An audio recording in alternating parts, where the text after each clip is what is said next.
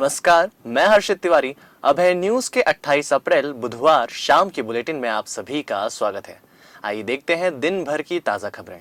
इस बुलेटिन के प्रायोजक है आरके निवास बाय आरके डेवलपर्स। आपदा प्रबंधन की बैठक में प्रशासनिक अधिकारियों और जनप्रतिनिधियों की उपस्थिति में शहर के हालात को देखते हुए 30 अप्रैल तक लगाया जाने वाला लॉकडाउन अब 7 मई तक बढ़ा दिया गया है। इस अवधि में किराना दुकान सुबह 8 से 12 बजे तक खुली रहेगी। साथ ही दूध, फल, सब्जी जैसी आवश्यक सेवाओं को भी इसी समय में छूट दी गई है। 1 मई से राशन की दुकानों पर 3 महीने का राशन एक साथ देने के भी आदेश जारी कर दिए गए हैं। साथ ही अब अलग अलग विधाओं के डॉक्टर्स भी अपने क्लिनिक पर सामान्य बीमारियों के मरीजों का इलाज भी कर सकते हैं। पर अभी वर्तमान का दौर ऐसा दिख नहीं रहा कि हम इसमें छूट दे दें, लेकिन फिर भी मानवीय दृष्टि से निर्णय किया गया कि 7 मई तक हम इस लॉकडाउन को बढ़ाएंगे। अर्थात 30 तारीख से लेकर 7 तारीख तक हमारी जो वर्तमान की उज्जैन जिले के अंदर जो जनता कर्फ्यू की अवधि है ये 7 तारीख तक रहेगी।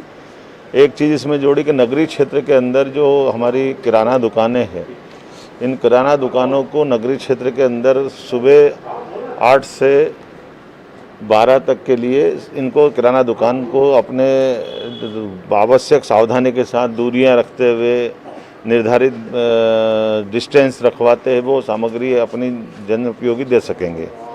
एक दूसरी महत्व की बात है कि जो हमारे राशन की दुकानें हैं, इन राशन की दुकानों पर आगामी 3 माह का राशन फिर देने की दृष्टि से 1 तारीख से दोबारा निर्देश जारी कर दिए हैं। खास बात इसमें रखी कि पात्रता पर्ची वाला भी जो अभी तक राशन इनको नहीं दे रहा था, माननीय मुख्यमंत्री जी ने उस बात को कंसीडर किया है। 2 हमने बड़े पॉइंट लिए थे, उन दोनों पॉइंट पे भी हम जा रहे हैं कि खासकर हमारे जो ऐसे प्राइवेट चिकित्सक है, जिन चिकित्सकों को अपने अलग अलग ख्याति है, पहचान है, वो भी अपने अपने चिकित्सालय में बैठ करके अन्य बीमारों के मरीजों को भी वो देखे, क्योंकि कोविड का इलाज होना, कोविड की चिंता करना अलग बात है, लेकिन जो सामान्य बीमार हैं, अलग से जो बीमार हैं, उनको भी चिंता करना ये हमारा काम है। हमने कोशिश की है कि जो निर्माण कार्य से लेकर उद्योग तक जो लगे हुए जिस प्रकार से अलग अलग श्रमिक हैं वो सामान्य रूप से चलते रहे, खेती किसानी के लोग उनका अपने जीवन यापन चलाए, लेकिन ये शहरी गतिविधि या व्यापारिक गतिविधियों से इनको दूर रखते हुए अपने अपने निश्चित संस्थान में ही इनको पूर्वत आने जाने की दृष्टि से, क्योंकि जीवन यापन के लिए जो न्यूनतम ज़रूरतें हैं उसका पालन करें। जनता कर्फ्यू के दौरान बेवजह सड़कों पर तफरीक करने निकले तफरीबाजों के खिलाफ मंदसौर पुलिस अनोखे ढंग से पेश आ रही है। कभी ऐसे लोगों को सड़क पर उठक बैठक लगवाई जाती है तो कभी उनसे योगा करवाया जाता है। मंदसौर पुलिस के इस अंदाज में दी जा रही सजा का लोग खूब मजा ले रहे हैं। बुधवार को पुलिस ने सजा देने का एक और अनोखा तरीका निकाला और जो भी लोग जनता कर्फ्यू का उल्लंघन करते मिले उनसे पुलिस ने बीच सड़क में फुग्गे फुलवाए। मजेदार बात ये रही कि पुलिस की इस कार्यवाही में युवतियां भी फुग्गे फुलाती दिखी। कई लोगों से डर के मारे फुग्गे फूले ही नहीं और कुछ ने फुग्गे फुलाकर फोड़ दिए। कुल मिलाकर मंदसौर पुलिस का सजा में मजा वाला अंदाज लोगों को खूब भा रहा है। फुलाइए जल्दी से, और फुलाइए, और फुलाओ। जो लोग जो है श्रीमान पुलिस अधीक्षक सिद्धार्थ चौधरी साहब के नेतृत्व में ये कार्रवाई चल रही है। जन जागरण की हम लोग मुहिम बनाए बैठे हैं। हम लोगों ने ये किया कि जो लोग आवारा इधर उधर घूम रहे हैं तो उनसे हम फुग्गे फुलवा रहे हैं। जो अच्छे से फुग्गा फुला लेते हैं उनको बोलते हैं कि आप अभी ठीक हो, आप संक्रमित हो सकते हैं, इसलिए आप बाहर ना निकलें। और जो नहीं फुला पाते उनको बोलते हैं कि देखिए आप बहुत कमज़ोर हैं, आप जो है जाइए अपने घर पे आराम करिए और इलाज करवाइए अपना। इस तरीके से हम जन जागरण फैला रहे हैं, यानी किसी भी तरीके से इनको बाहर निकलने से रोक रहे हैं। एक तरफ कोरोना से लड़ाई में डॉक्टर्स, स्वास्थ्य कर्मी, पुलिस, सफाई कर्मी अपनी महती भूमिका निभा रहे हैं और सरकार ने इन्हें फ्रंट लाइन वॉरियर भी माना है। लेकिन इनके साथ कंधे से कंधा मिलाकर एक ऐसी सेना भी काम कर रही है जो अपना कर्तव्य तो बखूबी निभा रहे हैं, लेकिन कहीं ना कहीं शासन और प्रशासन की अनदेखी का शिकार भी हो रहे हैं। हम बात कर रहे हैं शहर के चप्पे चप्पे पर पुलिस के साथ चेकिंग पॉइंट पर ड्यूटी कर रहे ग्राम नगर रक्षा समिति के सदस्यों की। जी हाँ, ये शासन का वे अंग हैं जो दिन रात मेहनत कर शहर की सुरक्षा व्यवस्था में लगे हुए हैं। इसी तरह शहर के नानाखेड़ा क्षेत्र में नगर सुरक्षा समिति की कमान संभाल रहे संतोष शर्मा 2007 से थाना संयोजक की जिम्मेदारी संभालते हुए हैं। इनके अंडर 15 महिलाओं और 15 पुरुषों का एक दल काम करता है। अब प्रशासन से इनकी मांग है कि इनके कार्य के एवज में इन्हें भी कुछ मानदेय दिया जाए, ताकि इनकी मेहनत और कर्तव्य परायणता का कुछ फल इन्हें भी मिल जाए। इसके लिए ग्राम नगर सुरक्षा समिति के इन सदस्यों ने सांसद से लेकर विधायक और जिला कलेक्टर के दर पर जाकर कई बार गुहार लगाई और आवेदन निवेदन भी किया, लेकिन अभी तक इनकी मांग स्वीकार नहीं की गई है। इसमें काम करते करते लेकिन नगर सुरक्षा समिति के हमारे सब सदस्य हमारे साथ में हैं, लेकिन हम बस इतना सा चाहते हैं कि जो हमारे साथ हमारे मेंबर काम कर रहे हैं उनको इसका योगदान दिया जाए। लेकिन ठीक है, हमारा देखते हैं लोग बात कि हम कर रहे हैं नहीं कर रहे, लेकिन बस इतना सहयोग चाहिए कि हम जो काम कर रहे हैं उसका में थोड़ा बहुत योगदान दिया। तो कोरोना काल में जो हम ड्यूटी कर रहे हैं, हम सब अपने अपने बच्चों को सभी जने घर छोड़ के आते हैं, हम भी इस कोरोना काल में ड्यूटी दे रहे हैं, लेकिन हम बस इतना चाहते हैं कि हमारे ये जो हम काम कर रहे हैं उसके लिए हमें थोड़ा योगदान दिया जाए, ज़्यादा नहीं तो हमारा हक है उसको दिया जाए। 2007 से मैं इस समिति को चला रहा हूँ और हम काम कर रहे हैं इसमें, और अगले भी लॉकडाउन में हमने काम किया है। करीबन 30 सदस्य मेरे साथ में हैं नानागढ़ थाने से, और पुलिस प्रशासन का भी सहयोग अच्छा रहा हमारे साथ में। हमने किट का सामान भी दिया हमको, इसको कोई दिक्कत नहीं। बाकी मैं ये चाहता हूँ कि समितियाँ जो काम कर रही हैं यहाँ पे, इनको कुछ न कुछ मिलना चाहिए। कम से कम 15 महिलाएं और 15 लड़के हैं इसमें। जब यही आ रही घर से निकलती है, वो ड्यूटियाँ करती है वो, तो उनका कहना भी है कि हमें कुछ न कुछ थोड़ा मिलना चाहिए। प्रशासन ने कोरोना कर्फ्यू के दौरान दी जाने वाली ढील में सख्ती कर दी है। भीड़ को नियंत्रण करने के लिए गोया और ईदगाह रोड पर अब सब्जियों और फल फ्रूट की दुकानें नहीं लगेंगी। हाट ठेलों के द्वारा कॉलोनियों में सब्जियों की बिक्री हुई। सीएसपी विवेक सिंह चौहान ने शहर के बाजारों में दुकान के सामने अतिक्रमण कर सामान रखने वाले लोगों को फटकार लगाई। वहीं बाजार में एक जगह सब्जी के ठेले एकत्रित होने को लेकर जैसे ही ठेले वालों पर एफआईआर दर्ज करने की बात कही तो ठेले वाले भागते हुए नजर आए। लॉकडाउन के दौरान 3 घंटे की छूट के बाद दुकानें खुली मिलने पर कोतवाली टीआई उमराव सिंह और नगरीय तहसीलदार पूनम तोमर ने दोना पत्तल की एक दुकान पर कार्रवाई करते हुए प्रकरण दर्ज किया। इधर सुतार बाखल में एमएस ट्रेडिंग दुकान छूट की अवधि के बाद खुली होने की सूचना पर नगर निगम की टीम ने कार्रवाई करते हुए सील कर दिया। कोतवाली थाना अंतर्गत 332 चौराहे पर ओके ट्रेडिंग कंपनी डिस्पोजल और दोना पत्तल की दुकान है, वो खोल के कस्टमरों को सामान भेज रहे थे 10:35 पर, तो उनके वो धारा 188 IPC के एफआईआर में दुकान बंदी किया। अलग अलग जगहों पर जाकर अलग अलग चौराहों पर बेचेंगे, जिससे कि एक जगह पर भीड़ इकट्ठी न हो। और इसके साथ में जो मार्केट में लोग बाग दुकानें आगे बढ़ा के निकाल लेते हैं, लगा लेते हैं, उससे थोड़ा जगह कंजेस्टेड हो जाती है और आने जाने वाले लोगों की असुविधा होती है और संक्रमण का खतरा बढ़ता है। तो अभी पूरे मार्केट में हम लोगों ने हिदायत दी है, समझाइश दी है कि आप बाहर दुकान बढ़ा के नहीं लगाएं और अपनी दुकान के अंदर ही दुकान लगाएं, जिससे कि आने जाने वाले लोगों के लिए पूरी जगह रहे और आपस में दूरी मेंटेन करने में जो है उनको जगह मिले और संक्रमण का खतरा कम हो। कोरोना महामारी के दौर में एक तरफ जहां चारों तरफ कोहराम छाया हुआ है, साथ ही प्रशासन द्वारा लागू गाइडलाइन के तहत पुलिस प्रशासन द्वारा सख्ती के साथ लोगों को नियमों का पालन करने की हिदायत दी जा रही है।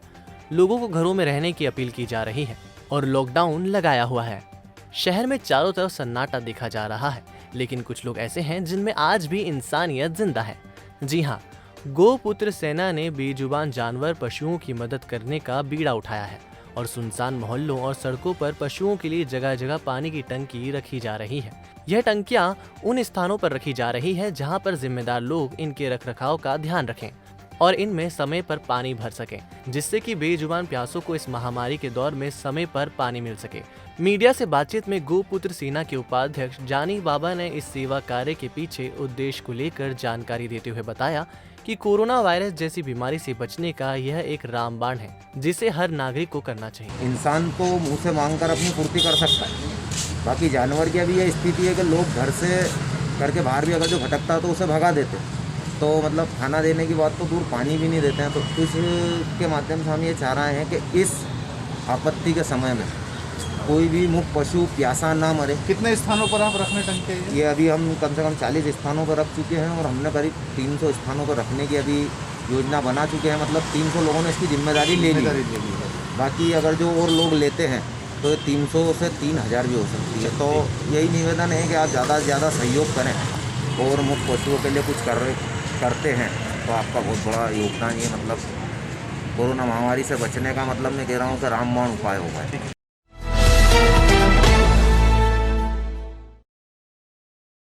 जनसंपर्क विभाग उज्जैन द्वारा जिले के सभी नगरीय एवं ग्रामीण क्षेत्रों में 26 अप्रैल से कोरोना मुक्त उज्जैन अभियान की शुरुआत की गई है, जिसके अंतर्गत इस अभियान के तहत नगर और ग्रामीण क्षेत्रों में करीब 400 से अधिक टीमें गठित की गई हैं, जो कि सर्वे टीम अपने गांव में ग्रामीणों के घर घर जाकर सर्दी, खांसी, बुखार सहित अन्य बीमारियों के मरीजों की पहचान करेगी, जिसमें चिन्हित मरीजों का चिकित्सकों द्वारा परीक्षण करवाकर उन्हें दवाई की किट उपलब्ध कराई जाएगी। एसडीएम आशुतोष गोस्वामी नागदा ने तहसील में अभियान को लेकर शासकीय शिक्षकों, आंगनवाड़ी कार्यकर्ताओं, महिला एवं बाल विकास विभाग के कर्मचारियों को शामिल कर टीमों का गठन किया है, जिसमें 11 टीमों द्वारा गांव में 250 घरों पर चिकित्सक की एक टीम तैनात की गई है, जो कि चिन्हित किए गए घरों में जाकर सर्दी, खांसी, बुखार के मरीजों का प्रशिक्षण करेगा। वहीं दूसरी ओर आरएसएस ने भी गांव-गांव वैक्सीनेशन को लेकर कमान संभाल ली है। सोशल मीडिया पर चल रहे भ्रामक प्रचार से अवगत कराया और ग्रामीणों को जानकारी दी कि वैक्सीन से किसी की मृत्यु नहीं हो रही है। 15 में हमें कलेक्टर के आदेश के तहत एसडीएम तहसीलदार मैडम ने हमें जो आदेश दिया है उसके तहत हम सर्वे कर रहे हैं। क्या सर्वे कर रहे हैं आप? आपको सर्वे क्या ड्यूटी है आपकी? क्या सर्वे का ये है कि हमें डोर टू डोर जाना है और किसी को सर्दी, खांसी, बुखार वगैरह हो, टीका लगा हो, हमें ये संपर्क करना है। तो ये आप तीनों अलग अलग विभाग के हैं या एक ही विभाग के? कौन से विभाग के आप? मैं शिक्षा विभाग से हूँ और ये आंगनवाड़ी से, महिला बाल विभाग। इंगोरिया पुलिस द्वारा ग्रामीण क्षेत्र में जाकर लोगों से कोरोना महामारी के बढ़ते प्रकोप को देखते हुए जागरूक रहने की अपील की जा रही है। पुलिस द्वारा पुलिस वाहन से ग्रामीण क्षेत्रों में घूमकर आम जनता को हिदायत दी जा रही है कि वह सोशल डिस्टेंसिंग और मास्क का पालन करें, अन्यथा उनके विरुद्ध कार्यवाही की जाएगी, क्योंकि ग्रामीण क्षेत्र में भी कोरोना प्रकोप लगातार बढ़ता जा रहा है और भारी संख्या में कोरोना मरीज ग्रामीण क्षेत्रों से निकलकर सामने आ रहे हैं, जिसको देखते हुए पुलिस प्रशासन भी मुस्तैद दिख रहा है। थाना प्रभारी अशोक शर्मा द्वारा ग्रामीण क्षेत्रों में लगातार पुलिस वाहन के जरिए अनाउंसमेंट कर लोगों को घर में रहने की हिदायत दी जा रही है। आज इंगोरिया पुलिस द्वारा ग्राम सोहर, दौलतपुर, नरसिंगा, दंगवाड़ा, बलेड़ी आदि गाँव में जाकर लोगों से कोरोना गाइडलाइन के पालन करने की अपील की गई। कोई भी बिना वजह घर के बाहर ना निकले। संपूर्ण लॉकडाउन है, कोविड गाइड का पालन करें, सोशल डिस्टेंसिंग का पालन करें, मास्क पहने, बिना मास्क पहने घर के बाहर ना निकले। Patidar nursing institute Indian nursing council के मानकों पर 100% खरा। उज्जैन का प्रथम नर्सिंग महाविद्यालय हमारे संस्थान में उपलब्ध है 3 वर्षीय नर्सिंग डिप्लोमा, बीएससी नर्सिंग 4 वर्षीय डिग्री, पोस्ट बीएससी नर्सिंग 2 वर्षीय डिग्री और एमएससी नर्सिंग 2 वर्ष post graduate degree study programme. हमारी विशेषताओं में शामिल है हॉस्टल व मेस सुविधा, सर्व सुविधा युक्त कैंपस, बस फैसिलिटी, कोर्स पूरा करने पर 100% जॉब गारंटी, योग्य व निपुण फैकल्टी, वर्ग अनुसार छात्रवृत्ति, 3000 से ज्यादा पुस्तकों से सजी लाइब्रेरी, स्पोकन इंग्लिश व कंप्यूटर की निःशुल्क शिक्षा, विभिन्न प्रयोगशालाएं और नर्सिंग प्रशिक्षण के लिए 150 बिस्तरों वाला रिसर्च सेंटर व हॉस्पिटल। हमारा पता है Patidar nursing institute, Moru Khedi, Patpala, Maksi road, Ujjain. Mobile 9522200084, 9522200092।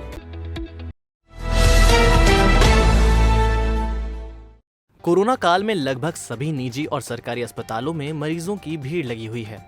निजी अस्पतालों में इलाज के नाम पर जिस तरह की लूट मची हुई है और मरीज के परिजनों को हजारों रुपए प्रतिदिन के हिसाब से पूरे इलाज के लाखों रुपए के बिल जो थमाए जा रहे हैं, उससे आम जनता की मानसिक और आर्थिक स्थिति लगातार कमजोर होती जा रही है। ऐसे में वे लोग भी अव्यवस्था का शिकार हो रहे हैं जिन्होंने मुश्किल समय में सहारे के लिए स्वास्थ्य बीमा कंपनियों से इंश्योरेंस पॉलिसी ली हुई है। इन दिनों कई ऐसे पॉलिसी होल्डर्स हैं जो कोरोना से ठीक होकर घर लौट आए हैं, जिनके इलाज में लाखों रुपया खर्च हुआ है। अब वे पॉलिसी होल्डर्स इंश्योरेंस कंपनी के एजेंट एवं अधिकारियों से क्लेम के रुपए मांग रहे हैं, लेकिन कंपनियों द्वारा उन्हें यह कहकर टाला जा रहा है कि आपको जो कोरोना हुआ वह एम्स नई दिल्ली की कैटेगरी ए की गाइडलाइन के अनुसार होम आइसोलेशन में रहकर ठीक हो सकता था, इसलिए आप इंश्योरेंस क्लेम के लिए पात्र नहीं हैं, जिससे उन्हें अस्पताल में व्यवस्था करके लाखों रुपए जेब से चुकाना पड़ रहे हैं। इस संबंध में जब अभय न्यूज की टीम ने नानाखेड़ा क्षेत्र में सभी कंपनियों के A to Z insurance service देने वाले और उज्जैन के इंश्योरेंस स्पेशलिस्ट रजत सूद से उनके निजी कार्यालय जाकर इस विषय में जानकारी ली, तो उन्होंने ग्राहकों को आ रही दिक्कतों को स्वीकार करते हुए डिटेल में बताया कि बहुत सी स्वास्थ्य बीमा कंपनियों द्वारा कोरोना महामारी को लेकर कोई निर्धारित गाइडलाइन तय नहीं की गई है और स्वास्थ्य बीमा कंपनियों द्वारा पॉलिसी होल्डर्स के साथ छल किया जा रहा है। कोरोना की पिछली लहर में बीमा कंपनियों के ऊपर निगरानी रखने वाली IRDAI ने कोरोना महामारी को इंश्योरेंस की सीमा में लाने के लिए एक पत्र जारी किया था, जिस पर सभी बीमा कंपनियों ने सहमति जाहिर की थी कि वो कोरोना संक्रमण के कारण अस्पतालों में भर्ती होने वालों को बीमा पॉलिसियों में कैशलेस फैसिलिटी एवं रिम्बर्समेंट फैसिलिटी के तहत क्लेम दोनों ही जगह देंगे। साथ ही रजत सूद ने उज्जैन की जनता से ये भी कहा कि यदि कोई व्यक्ति अपनी स्वास्थ्य बीमा पॉलिसी को लेकर किसी भी असमंजस या भय की स्थिति में है तो वह उनसे संपर्क कर निशुल्क उचित राय प्राप्त कर सकते हैं। साथ ही उन्होंने सभी बीमा कंपनियों से आम जन की तरफ से मांग भी की है कि वे जल्द ही कोरोना महामारी को लेकर एक निर्धारित गाइडलाइन तय करें, जैसे कि किस तरह के पेशेंट को कोरोना का क्लेम दिया जाएगा। मसलन मरीज के लंग्स में इन्फेक्शन का कितनी प्रतिशत के ऊपर और कितने प्रतिशत ऑक्सीजन लेवल रहेगा तब आप क्लेम देंगे। इंश्योरेंस कंपनी सुनिश्चित करे कि पॉलिसी होल्डर इंश्योरेंस के क्लेम के लिए पात्र हैं या नहीं। रजत सूद सन 2013 से इंश्योरेंस सेक्टर में काम कर रहे हैं और अभी तक 500 से अधिक लोगों की बीमा पॉलिसी कर चुके हैं, जिनको वो खुद सर्विस भी देते हैं और अभी तक इन पूरे 8 सालों में करीब 190 से ज़्यादा लोगों को क्लेम दिलवा चुके हैं, जिसका उनको अच्छा खासा अनुभव भी है। वो केवल इतना चाहते हैं IRDAI या बीमा कंपनियों से कि कोई निर्धारित गाइडलाइन लिखित में हर ग्राहक तक ईमेल, टेक्स्ट मैसेज या टेलीकॉलर्स के माध्यम से पहले ही पहुंच जाए कि किन किन कंडीशन में कोरोना या दूसरा कोई भी क्लेम कंपनी उनको नहीं देगी, जिससे कि एक आम व्यक्ति अस्पताल में पहले ही 3 से 4 लाख रुपए की व्यवस्था कर सके। यहाँ पे भी पूरे भारत में इंश्योरेंस पॉलिसियों का उपयोग होता है। जहाँ हॉस्पिटल में लोग जाते हैं वहाँ पे मैं थोड़ी सी जानकारी एक आम व्यक्ति तक पहुँचाना चाह रहा हूँ। मेरा सिंपल एक छोटा सा उद्देश्य है कि जब व्यक्ति पॉलिसी लेता है, आज हम जैसे लोगों से जितने भी बीमा एजेंट और मैनेजर जो काम कर रहे हैं उन लोगों से जब एक व्यक्ति पॉलिसी लेता है तो उसकी एक मंशा और इच्छा ये रहती है कि उसको हॉस्पिटल जब वो जाए तो उसको क्लेम मिले। और 15 दिन का जो समय कंपनियां देती है नए लोगों को कि कोरोना 15 दिन बाद कवर होता है और पुराने लोगों को ऑलरेडी कवर है, तो जब वो हॉस्पिटल जा रहे हैं प्राइवेट, क्योंकि सरकारी में तो जनरली कोई पैसा लगता नहीं है, प्राइवेट हॉस्पिटलों में जब वो जाते हैं तो प्राइवेट हॉस्पिटलों में कंपनियां ये बोल के क्लेम रिजेक्ट कर रही है उनका कि उनको कैटेगरी ए नई दिल्ली की गाइडलाइंस के अंतर्गत कोरोना इस प्रकार का था जिसमें वो होम क्वारंटीन होकर ठीक हो सकते थे। दूसरी चीज़ कि कोई रेट्स का कोई फिक्स नहीं है, मतलब कोई 15,000 ले रहा है, कोई 20,000 पर डे ले रहा है, कोई 10,000 ले रहा है, तो ये क्या चीज़ है। और कोई अगर व्यक्ति पॉलिसी लेके जाता है तो उसकी आज क्या वो 2 या 3 लाख रुपए हॉस्पिटल लेके जाए कि भैया उसको जब भी इलाज कराना है तो पॉलिसी तो रखे साइड में, पहले उसको अपनी जेब से देना पड़ेगा पैसा, फिर उसको रिइंबर्समेंट होगा। रिइंबर्समेंट भी कंपनी की कोई गाइडलाइन, कंपनी ये बोल के मना कर रही है क्लेम उसको कि 2 कारण दे रही है। पहला तो होम क्वारंटीन होकर ठीक हो सकता था, तो भैया मुझे ऐसा बताया जाए, मुझे और हर कस्टमर को बाकायदा मेल से लेटर से एक गाइडलाइन दी जाए, ऐसी गाइडलाइन पहुँचाई जाए कि ऑक्सीजन लेवल अगर किसी का 92 या 90 के अंदर है तो उसको एडमिट करेंगे, या चेस्ट में उसके इन्फेक्शन जो सीटी स्कैन में आता है वो 15% या 10% या 5% के ऊपर रहेगा तो ही उसको एडमिट करेंगे। ऐसी कोई गाइडलाइंस कंपनी निर्धारित करे जिसके अंतर्गत हम भी हमारे सारे कस्टमर्स को बता पाएँ कि भैया अगर आपका इसके अंदर आया है तो आपको क्लेम नहीं मिलेगा, हम भी उसको जागरूक कर पाएँ। कुछ कंपनीज ने क्लेम दिया भी है तो किन मानकों पे? कुछ कंपनियों ने क्लेम दिया है क्योंकि इसकी कोई नियम कानून है ही नहीं, देना ही है कंपनियों को। लेकिन मुझे ऐसा लगता है पिछले 10 सालों में जितने क्लेम नहीं आए कंपनियों के, चूँकि ये महामारी है कोरोना, इसके अंतर्गत सारी कंपनियों के ऊपर लोड है, जितना कमाया नहीं उतना देना पड़ रहा। हो सकता है ये कारण हो, तो कंपनियां जानबूझ के कस्टमर को परेशान कर रही है, रोक रही है, पैसा क्लेम नहीं देना चाह रही है, उसका पैसा अटका रही है कि हम बाद में देंगे, ताकि उसको 6 महीने 2 महीने 3 महीने बाद देगी तो ब्याज बच जाएगा, असल पैसा उनका बच जाएगा। ऐसा कुछ अगर सोचे कंपनी की तो बहुत गलत है। इस जगह सारी हेल्थ इंश्योरेंस कंपनियों के लिए कहूँगा, किसी एक का नाम नहीं लूँगा, ना किसी प्राइवेट हॉस्पिटल का नाम लूँगा, लेकिन कोई अगर ऐसा करता है तो वो अपने कस्टमर के साथ बेईमानी कर रहा है और बिल्कुल मैं इसकी निंदा करता हूँ। क्योंकि यहाँ पे मैं एक हेल्थ इंश्योरेंस मैनेजर होने के अंतर्गत मेरे साथ भी बहुत सारे लोग काम करते हैं, टीम हमारी सब काम करती है, हम सब लोगों को पॉलिसियाँ बेचते हैं, सब करते हैं। तो आज हमसे भी लोगों की उम्मीद रहती है कि अगर क्लेम रिजेक्ट हुआ तो आप देखो, तो हम क्या देखें जब हमें ही क्लियर नहीं है सारी चीज़ें, हम भी किसको जवाब दें। हमारे पास जो कंपनी के ऑफिसेस बंद है, मुश्किल से अगर 26-25 कंपनियां काम कर रही है तो उसमें 2-3 कंपनियों के ऑफिस चालू होंगे, बाकी सब कंपनियां कोरोना काल में बंद है। क्यों कारण बंद है? एसेंशियल सर्विसेज में आती है, ऑफिस कैसे बंद कर सकते हो आप? ये सबसे इंपॉर्टेंट समय चल रहा है अभी, आपको ऑफिस खोल के रखना चाहिए। जो ग्राहक परेशान होगा वो आपके ऑफिस आएगा। सबसे पहली चीज़ कि व्यक्ति ब्रांच जाए, जहाँ ब्रांच से उसने पॉलिसी खरीदी, ब्रांच बंद है तो क्या करेगा? वो अपने घर बैठा है, जिससे उसने पॉलिसी खरीदी वो उसको कोसता है, उसको बोलता है कि भैया आपकी देखो, आप करो, कुछ करो। तो क्या करेगा वो भी, जिसको खुद को ही नहीं मालूम, हम जैसे लोगों को ही मालूम नहीं है कि इसको क्लेम मिलेगा कि नहीं मिलेगा, तो कस्टमर को तो अनजान ही हो इन सब चीज़ों से। अभय न्यूज ने नानाखेड़ा निवासी हेमंत गुप्ता से भी बात की। वे पिछले साल कोरोना संक्रमित हुए थे। कई दिनों देवास के अमलतास अस्पताल में इलाज लेने के बाद वे ठीक हो गए। इलाज में लगभग 40,000 रुपए खर्च हो गए। जब वे हेल्थ पॉलिसी और अस्पताल के जरूरी कागज लेकर अपनी बीमा कंपनी के दफ्तर पहुंचे तो उन्हें भी एम्स नई दिल्ली की कैटेगरी ए के कोरोना गाइडलाइन का हवाला देकर क्लेम रिजेक्ट कर दिया गया, जिसका उनके मेल पे कंपनी से क्लेम रिजेक्शन लेटर भी आया। अब वे इस बात से परेशान हैं और असमंजस की स्थिति में हैं कि जिस स्वास्थ्य बीमा पॉलिसी के लिए हजारों रुपए खर्च किए और पिछले करीब 5 सालों से हर साल समय पर किश्त भी अदा की, और जब कंपनी को क्लेम देने का समय आया तो मना कर दिया। अब उसका क्या करें? क्या कोई उनका केस रीओपन करवा के उनको कंपनी से न्याय दिलवाएगा? आपको बता दें कि हेमंत गुप्ता अकेले ऐसे बीमा पॉलिसी होल्डर नहीं हैं जिन्हें कंपनी द्वारा क्लेम नहीं दिया गया। ऐसे कई कस्टमर हैं जिनके केस कंज्यूमर फोरम और बीमा लोकपाल में चल रहे हैं, जो बीमा कंपनी द्वारा खुद को ठगाया महसूस कर रहे हैं। 5 साल से स्टार हेल्थ इंश्योरेंस में पॉलिसी चल रही है और अभी पिछले सितंबर में शायद कोरोना हुआ, कोरोना पॉजिटिव, तो गवर्नमेंट हॉस्पिटल से मेरे को रेफ़र कर दिया था अमलतास हॉस्पिटल। अमलतास हॉस्पिटल में मैंने ट्रीटमेंट करवाया और सारे बिल्स और डॉक्टर से सर्टिफाइड करवा के और सब अपने हेल्थ इंश्योरेंस कंपनी में, जहाँ से मेरा हेल्थ इंश्योरेंस था, वहाँ सबमिट किए। उसके बाद उनका लेटर आ गया कि आपका क्लेम रिजेक्ट कर दिया गया है। तो मेरे को तो करीब उसमें 40,000 रुपये का खर्च हुआ था, वो इंश्योरेंस कंपनी से नहीं मिल पाया। उसमें ये लिखा हुआ था कि एम्स के नाम के मुताबिक आप नहीं है, आपको होम आइसोलेशन होना था। तो मेरे को तो डॉक्टरों की टीम घर पे आई थी, उन्होंने ही मैंने उनसे खूब रिक्वेस्ट की कि मैं होम आइसोलेशन हो जाता हूँ, लेकिन उन्होंने मना कर दिया कि आपको शुगर है, बीपी है, सब कुछ है, तो आपको तो हॉस्पिटलाइजेशन ही होना पड़ेगा। और इस वजह से मेरे को हॉस्पिटलाइजेशन होना पड़ा। मैंने तो खूब रिक्वेस्ट किया था कि मेरे को घर में ही कर दीजिए आप, मैं हॉस्पिटल नहीं जाना चाहता, लेकिन उन्होंने मना कर दिया कि नहीं, आपको हॉस्पिटल में ही जाना पड़ेगा। तो मेरे को तो मजबूरी में हॉस्पिटल जाना पड़ा था, अदरवाइज मैं तो चाहता ही था कि होम आइसोलेशन हो जाऊँ। और आने के बाद घर पे भी होम क्वारंटीन हुए बहुत दिन ही है, 14 दिन तक। फिर वहाँ से सजेस्ट किया था तो 14 दिन तक फिर होम क्वारंटाइन रहा। वहाँ पे इन्होंने प्राइवेट रूम लिया था इसलिए पैसा लगा था, वरना जनरली वहाँ लगता नहीं है। पर इनकी ऑलरेडी पॉलिसी थी और कितने साल से, 5-6 सालों से मेरी पॉलिसी कंटिन्यू चल रही है। उसके बाद भी उनको क्लेम नहीं मिला। तो आज अगर मान लीजिए मैंने इनकी पॉलिसी करी है और इनको सर्विस नहीं मिलेगी तो इनको कंपनी के प्रति क्या जाएगा?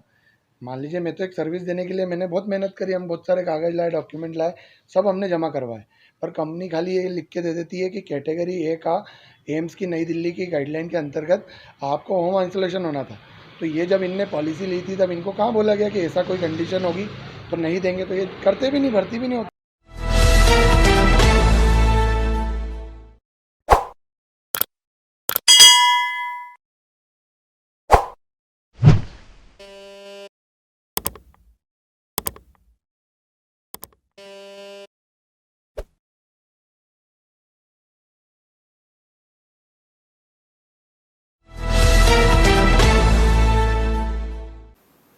तो आपने देखा हमारा बुलेटिन।